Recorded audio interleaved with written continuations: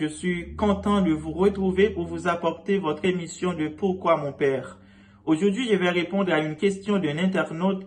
Mon Père, est-ce qu'on peut recevoir un autre sacrement dans l'Église sans avoir été d'abord baptisé? Merci mon cher ami pour la question.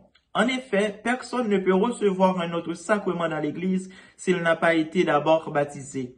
Parce que le baptême, c'est le premier des 3 sacrements de l'initiation chrétienne, c'est bien le sacrement d'entrée dans l'Église. Un théologien l'appelle sacrement de la semence, parce que la semence du baptême qui a été déposée en vous doit grandir en vous et doit porter son fruit en vous jusqu'à vous engager dans une quête de foi quotidienne. Car la foi, on ne l'a pas une fois pour toutes.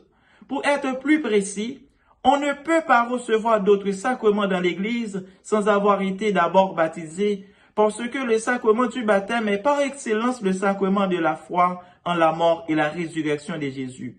Celui qui est baptisé est plongé dans la mort et la résurrection de Jésus. Autrement dit, celui qui est baptisé connaîtra la mort du corps, mais il ressuscitera comme le Christ. Donc, celui qui est baptisé fait un pas vers le royaume de Dieu, parce qu'en étant baptisé, il accepte que Dieu est mort et ressuscité pour lui.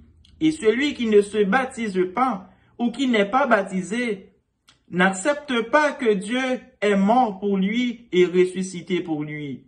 Voilà pourquoi Jésus nous a dit en Marc 16, versets 15 à 18, « Celui qui croira et sera baptisé, celui-là sera sauvé. Celui qui ne croira pas, celui-là est déjà condamné. » Attention, Jésus ne voudrait pas que personne soit condamné. Mais il parle ici parce que le royaume nous est donné certes, mais il nous faut l'accueillir en cheminant avec Dieu dans la foi quotidiennement. Dieu respecte notre liberté. Il ne va pas nous efforcer à l'accepter dans notre vie. Il nous laisse libres de répondre à son appel ou de refuser de marcher à sa suite. Toutefois, il ne faut pas oublier que chaque choix dans la vie a une conséquence, soit positive ou négative.